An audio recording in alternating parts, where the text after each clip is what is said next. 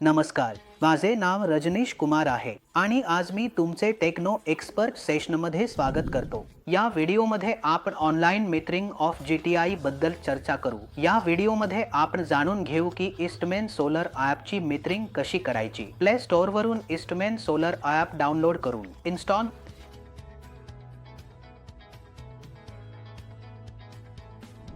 यानंतर ईस्टमेन solar app उघडा आणि त्यानंतर ॲपला नोंदणी करावी लागेल।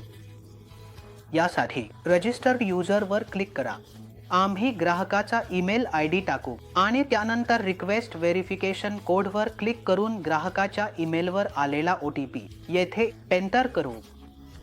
कोड येथे एंटर करून त्यानंतर नेक्स्टवर क्लिक करू। पुढीलवर क्लिक करून तुम्ही ग्राहकाच्या खात्याची माहिती पूर्ण कराल। नेममध्ये ग्राहकाचे नाव टाकू। त्याच्यानंतर युजर नेम तयार करायचा आहे। त्यासाठी साधारणपणे ग्राहकाचे नाव टाकून त्याच्या पुढे त्याची जन्मतारीख लावून आम्ही त्याचा युजर नेम तयार करू। त्याच्यानंतर तुम्हाला पासवर्ड तयार करायचा आहे। आपल्याला पासवर्ड आणि वापरकर्ता नाव सोपे ठेवावे लागेल। कृपया कन्फर्ममध्ये तोच पासवर्ड एंटर करा। त्याच्यानंतर नेक्स्टवर क्लिक करा। त्यानंतर नवीन वापरकर्ता यशस्वीरित्या तयार झाला असे दिसेल। त्याच्यानंतर डन एंड लॉग इनवर क्लिक करा। आता आपण जो युजर नेम तयार केला आहे किंवा जो ईमेल आयडी आहे तो टाकू आणि जो पासवर्ड तयार केला आहे तो टाकून या ॲप्लिकेशनमध्ये लॉग इन करू। तुम्ही लॉग इन करताच यामध्ये प्लांटमध्ये आपल्याला सर्व काही 00 दिसेल। सर्व 0 असल्यामुळे आपण कोपऱ्यातील प्लसच्या चिन्हावर क्लिक करू। जसेच प्लसवर क्लिक करू क्रिएट प्लांटचा पर्याय येईल। इथे आपण प्लांटचे नाव टाकू किंवा ग्राहकाचे नाव टाकू। नंतर ग्राहकाचा पत्ता टाकू। क्षमतामध्ये आपल्याला सिस्टमची क्षमता टाकायची आहे की किती किलोवॉटचा सेटअप लावलेला आहे। त्याच्यानंतर सिस्टम प्रकारात PV+ ग्रिड यानंतरचे बाकी पर्याय ऐच्छिक असतात, हे तुम्ही भरू शकता। जरी तुम्ही ते केले नाही तरी तुम्हाला त्याकडे दुर्लक्ष करावे लागेल आणि पुढे जावे लागेल। यानंतर सेव्हवर क्लिक करा। यानंतर डाटा लॉगरवर क्लिक केल्यास मोबाईलचा स्कॅनर उघडेल ज्यामुळे आपण डाटा लॉगर स्कॅन करू। नवीन इन्व्हर्टरमध्ये डाटा लॉगर इनबिल्ट असतो, त्यामुळे जो सिस्टमच्या बॉडीवरच त्याचा QR कोड असतो तो स्कॅन करावा। डन केल्यानंतर आपल्याला मोबाईलचे नेट बंद करून वायफाय सेटिंगमध्ये जावे लागेल। वायफाय सेटिंगमध्ये AP नावाने एक वायफाय दिसेल, त्याला आपल्याला कनेक्ट करावे लागेल। त्याचा पासवर्ड डाटा लॉगर किंवा वायफाय डोंगलवरच लिहिलेला असतो।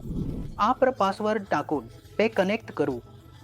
हे कनेक्ट विदाउट इंटरनेट असे दाखवेल तुम्हाला। जसेच हे कनेक्ट होईल त्यानंतर आपण मोबाईल डेटा बंद करून Google Chrome किंवा कोणताही ब्राउझर उघडू आणि त्यात सर्च करू 10 100 254। तुम्ही सर्च करताच साइन इनचा पर्याय दिसेल। यात आपल्याला युजर नेम ॲडमिन टाकायचे आहे, पासवर्ड ॲडमिन टाकायचे आहे लहान अक्षरात।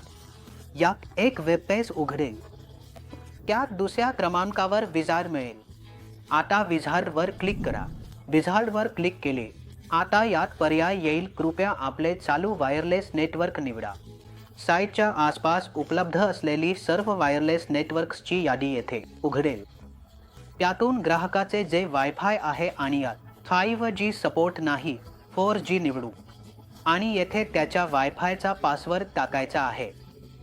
निवडून जसेच पुढे कराल त्यानंतर 2 वेळा पुढे करायचे आहे। एकदा ओके करायचे आहे। त्यानंतर सेटिंग अपडेट होईल। सेटिंग पूर्ण विस्मयातिबोधक चिन्ह, कृपया हे पृष्ठ मॅन्युअली बंद करा असे लिहून यायला हवे। हे लिहिल्यावर डेटा लॉगरच्या नेटचे LED ऑन होईल। त्यानंतर आम्ही ॲप्लिकेशन उघडू तेव्हा येथे 2 ग्रीन टिक दिसायला हव्यात।